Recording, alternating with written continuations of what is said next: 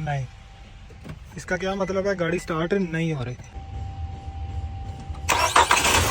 बंद करो। तो दोस्तों फाइनली जो इसमें फॉल्ट निकला है, ये इसके 2 ग्राउंड लगे हैं। ये 2 ग्राउंड इसके इन्होंने काम किया है। ये आयल आपको नज़र आ रहा है, ये इन्होंने टेपर्ड कवर उतारा हुआ था और ये बोल्ट जो है ये सही टाइट नहीं है, ये देखें। ठीक है, बोल्ट इसके सही टाइट नहीं है, ये देखें।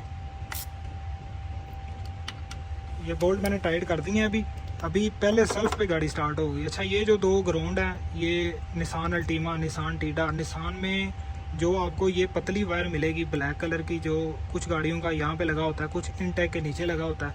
ये दोनों ग्राउंड हमारे इंजन कंप्यूटर में जा रहे हैं। ठीक है, अगर ये ग्राउंड हमारा इंजन कंप्यूटर को सही नहीं मिलेगा तो आपकी जो इग्निशन कॉइल है इसके अंदर करंट नहीं आएगी।